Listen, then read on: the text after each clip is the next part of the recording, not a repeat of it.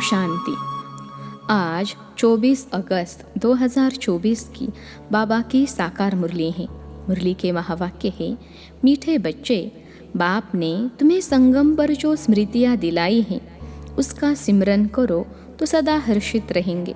प्रश्न है, सदा हल्के रहने की युक्ति क्या है? किस साधन को अपनाओ तो खुशी में रह सकेंगे? उत्तर है, सदा हल्के रहने के लिए इस जन्म में जो पाप हुए हैं वह सब अविनाशी सर्जन के आगे रखो। बाकी जन्म जन्मांतर के पाप जो सिर पर हैं उसके लिए याद की यात्रा में रहो। याद से ही पाप कटेंगे, फिर खुशी रहेगी। बाप की याद से आत्मा सतो प्रधान बन जाएगी। ओम शांति। मीठे मीठे रूहानी बच्चों को रूहानी बाप समझाते हैं, तुमको स्मृति आई है कि हम आदि सनातन देवी देवता धर्म के थे। हम राज्य करते थे, हम बरोबर विश्व के मालिक थे। उस समय दूसरा कोई धर्म नहीं था। हमने ही सतयुग से लेकर जन्म लेते 84 का चक्र पूरा किया। सारे झाड़ की स्मृति आई है। हम देवता थे, फिर रावण राज्य में आ गए तो देवी देवता कहलाने के लायक न रहे, इसलिए धर्म ही दूसरा समझ लिया और किसका भी धर्म बदलता नहीं है। जैसे क्राइस्ट का क्रिश्चियन धर्म, बुद्ध का बौद्ध धर्म ही चला आता है। सबकी बुद्धि में है, बुद्ध ने फलाने टाइम में धर्म स्थापन किया। हिंदुओं को अपने धर्म का पता ही नहीं है कि हमारा हिंदू धर्म कब से शुरू हुआ, किसने बनाया। लाखों वर्ष कह देते। सारे सृष्टि चक्र का नॉलेज तुम बच्चों को ही है। इसको कहते हैं ज्ञान विज्ञान। उन्होंने विज्ञान भवन नाम भल रखा है, परंतु बाप उसका अर्थ समझाते हैं। ज्ञान और योग, रचता और रचना के आदि मध्य अंत का ज्ञान। अभी तुम समझते हो कि हम भी नहीं जानते थे, नास्तिक थे। सतयुग में तो यह ज्ञान हो नहीं सकता। अभी तुमको टीचर ने पढ़ाया है, पढ़कर तुमको राज्य भाग्य मिलता है, क्योंकि तुमको रहने के लिए नई सृष्टि चाहिए। इस पुरानी सृष्टि में तो पवित्र देवी देवताएं पैर रख न सकें। बाप आकर तुम्हारे लिए पुरानी दुनिया का विनाश कर नई दुनिया स्थापन करते हैं। हमारे लिए विनाश जरूर होना है। कल्प कल्पांतर हम यह पाठ बजाते हैं। बाबा पूछते हैं, आगे कब मिले हो? तो कहते हैं, बाबा हर कल्प मिलते हैं आपसे राज्य भाग्य लेने। कल्प पहले भी बेहद सुख का राज्य भाग्य मिला था। यह सब बातें जो स्मृति में आई हैं, अब उनका सिमरन होना चाहिए, जिसको बाबा स्वदर्शन चक्र कहते हैं। हम पहले सतो प्रधान थे। यह भी तुम्हें स्मृति आई कि हर एक आत्मा को अपना अपना पार्ट मिला हुआ है। हम आत्मा छोटी अविनाशी हैं, उनमें पार्ट भी अविनाशी है जो चलता ही रहेगा। यह बनी बनाई बन रही, इसमें नई बात कोई ऐड व कट नहीं हो सकती है। कोई भी मोक्ष को पा नहीं सकते। कोई मुक्ति मांगते हैं, मुक्ति अलग है, मोक्ष अलग है। यह भी स्मृति में रखना है। स्मृति में होगा तो औरों को भी स्मृति दिलाएंगे। तुम्हारा धंधा ही यह है। बाप ने जो स्मृति में लाया है वह फिर औरों को भी स्मृति दिलाओ, तब ऊंच पद पा सकेंगे। ऊंच पद पाने के लिए बहुत मेहनत करनी है। मुख्य मेहनत है योग की। यह है याद की यात्रा, जो बाप के सिवाय और कोई सिखला नहीं सकते। अभी तुम मनुष्य से देवता बनने की पढ़ाई पढ़ते हो। तुम जानते हो कि हम फिर से नई दुनिया में जाएंगे। उसका नाम ही है अमरलोक। यह है मृत्यु लोक। यहाँ तो अचानक बैठे बैठे मौत आ जाता है। वहाँ मृत्यु का नाम निशान नहीं, क्योंकि आत्मा को तो वास्तव में काल खाता नहीं। कोई मिठाई की चीज़ थोड़े ही है। ड्रामा अनुसार जब समय होता है तो आत्मा चली जाती है। जिस समय जिसको जाना होता है वह चला जाता है। काल कोई पकड़ता नहीं है। आत्मा एक शरीर छोड़ दूसरा लेती है। काल कुछ भी नहीं है। यह तो कथाएं बैठ बनाई हैं। वह है अमरलोक। वहाँ निरोगी काया रहती है। सतयुग में भारतवासियों की आयु भी बड़ी थी। योगी थे। योगी और भोगी का फर्क भी अब मालूम पड़ता है। तुम्हारी आयु वृद्धि को पा रही है। जितना तुम योग में रहेंगे उतना पाप भस्म होंगे और पद भी ऊंच मिलेगा, आयु भी बड़ी होगी। यथा राजा रानी आयु पूरी कर शरीर छोड़ते हैं, प्रजा का भी ऐसे होता है, परंतु पद का फर्क है। अब बाप तुमको कहते हैं, स्वदर्शन चक्रधारी बच्चों, यह अलंकार तुम्हारे हैं। गृहस्थ व्यवहार में रहते कमल फूल समान तुम रहते हो, सिवाय तुम्हारे और कोई रह न सके।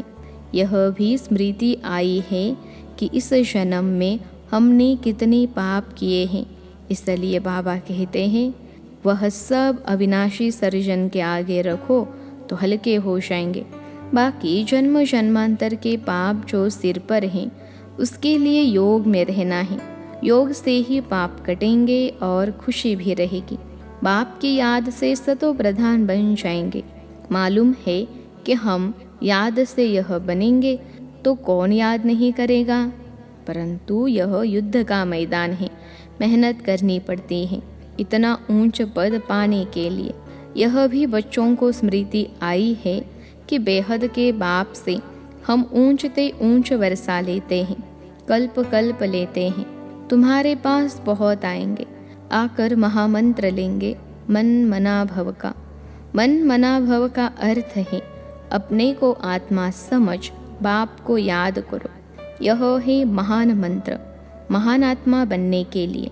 वह कोई महात्मा है नहीं, महात्मा तो वास्तव में श्री कृष्ण को कहा जाता है, क्योंकि वह पवित्र हैं। देवताएं सदैव पवित्र रहते हैं। देवताओं का है प्रवृत्ति मार्ग, सन्यासियों का है निवृत्ति मार्ग। स्त्रियां तो धक्के खा न सकें। यह सब अभी कलयुग में खराबियां हो गई हैं। स्त्रियों को भी सन्यासी बनाकर ले जाते हैं, फिर भी उन्हों की पवित्रता पर भारत थमा रहता है। जैसे पुराने मकान को पोचे आदि लगाई जाती हैं तो जैसे नया बन जाता है। यह सन्यासी भी पोची दे कुछ बचाव करते हैं, परंतु बाप कहते हैं वह धर्म ही अलग है, पवित्र बनते हैं। भारत खंड में ही इतने देवी देवताओं के मंदिर भक्ति आदि हैं। यह भी खेल है जिसका वृत्तांत तुम बताते हो। भक्ति मार्ग के लिए यह सब भी चाहिए ना। एक शिव के ही कितने नाम रख दिए हैं। नाम पर मंदिर बनाया गया है, ढेर के ढेर मंदिर हैं, ना खर्चा होता है, मिलता फिर भी आधा कल्प का सुख है। बस बहुत पैसे लगाते हैं, मूर्तियाँ टूट फूट जाती हैं। वहाँ तो मंदिर आदि की दरकार नहीं है। यह भी अभी स्मृति आई है कि आधा कल्प भक्ति चलती है, आधा कल्प फिर भक्ति का नाम नहीं। बाप कितनी स्मृति दिलाते हैं इस वैरायटी झाड़ की। सिर्फ कलयुग की आयु ही 40,000 वर्ष हो, फिर तो कृष्ण आदि की आयु भी बहुत बढ़ जाए। बाप समझाते हैं कृष्ण धर्म की इतनी ही लिमिट है। यह जानते हैं क्राइस्ट को इतना समय हुआ है, फलाने को इतना समय हुआ धर्म स्थापन किए, लेकिन फिर जाएंगे कब यह पता नहीं है। कल्प की आयु ही लंबी कर दी है। अभी तुम जानते हो यह तो विनाश की तैयारियां हो रही हैं। उन्हों की है साइंस, तुम्हारी है साइलेंस। तुम जितना साइलेंस में जाएंगे उतना वह विनाश के लिए अच्छी अच्छी चीज़ें तैयार करते रहेंगे। दिन प्रतिदिन महीन चीज़ें बनाते रहते हैं। तुमको अंदर में खुशी होती है। बाबा तो हमारे लिए नई दुनिया बनाने आए हैं, तो अब यह पुरानी दुनिया में थोड़े ही रहेंगे। कमाल है बाबा की। बाबा आपके स्वर्ग स्थापन करने की तो कमाल है। अभी तुमको सारी स्मृति आई है। वह तो रचता और रचना के आदि मध्य अंत को जानते ही नहीं है। तुम जानते हो तुम कितनी रोशनी में हो, मनुष्य तो घोर अंधियारे में है। फर्क है ना।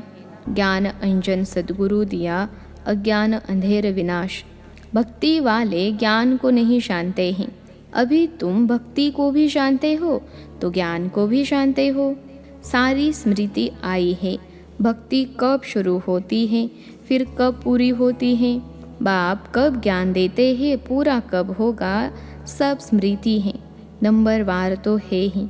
किसको बहुत स्मृति है, किसको कम। जिन्हों को बहुत स्मृति रहती है वह ऊंच पद पाएंगे। स्मृति रहे तब औरों को भी समझाएं। वंडरफुल स्मृति है ना। आगे तुम्हारी बुद्धि में क्या था? भक्ति, जप, तप, तीर्थ करना, माथा टेकना, सारी टिप्पण ही घिस गई हैं। भक्ति की स्मृति और ज्ञान में कितना फर्क है। तुम अभी भक्ति को जानते हो क्योंकि शुरू से भक्ति की है। जानते हो, हमने पहले पहले शिव की भक्ति की, फिर देवताओं की, और कोई को भी यह स्मृति नहीं है। तुमको रचना के आदि मध्य अंत भक्ति आदि की सब स्मृति है। आधा कल्प भक्ति करते करते गिरते ही आए हो। अभी तो दुख के पहाड़ गिरने हैं। तुम बच्चों को पुरुषार्थ करना है। यह गिरने से पहले हम याद की यात्रा से विकर्म विनाश करें। सबको तुम यही समझाते हो। तुम्हारे पास हजारों आते हैं।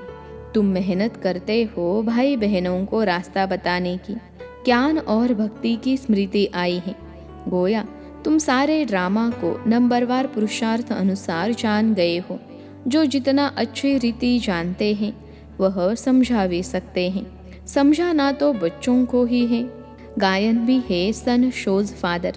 बाप बच्चों को समझाएंगे, बच्चे फिर और भाइयों को समझाएंगे। आत्माओं को समझाते हो ना। भक्ति से यह ज्ञान बिल्कुल न्यारा है। गायन भी है ना। एक भगवान आकर सब भक्तों को फल देते हैं। एक बाप के सब बच्चे हैं। बाप कहते, मैं सब बच्चों को शांति धाम सुख धाम में ले जाता हूँ। कल्प कल्प का यह ज्ञान भी तुमको अभी है, वहाँ नहीं होगा।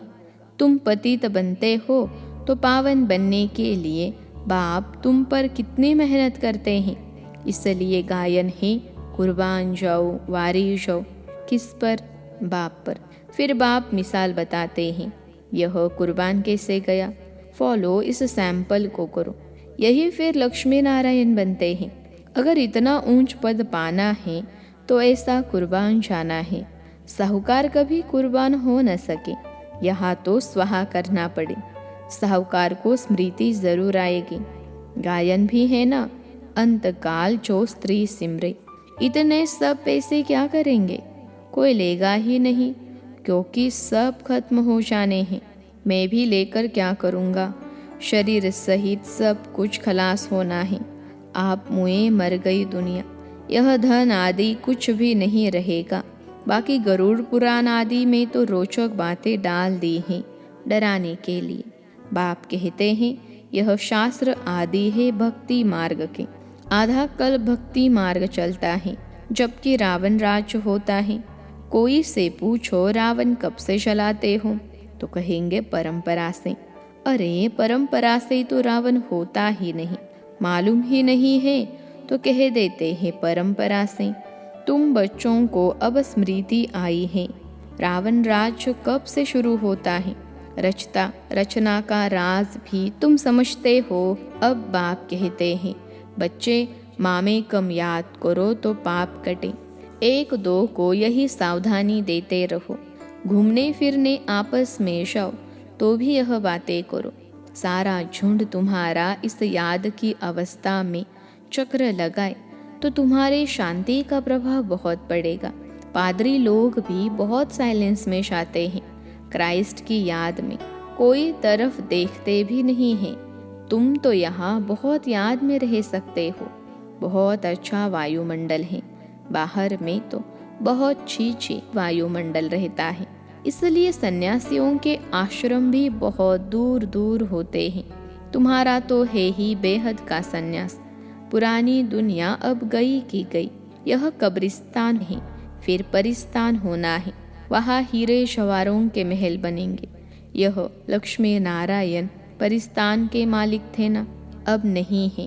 पाप कहते हैं, मैं कल्प कल्प कल्प के संगम युगे आता हूँ। यह सारा चक्र रिपीट होता ही रहता है। इस समय तुमको सब स्मृति आई है, जबकि बाप ने स्मृति दिलाई है।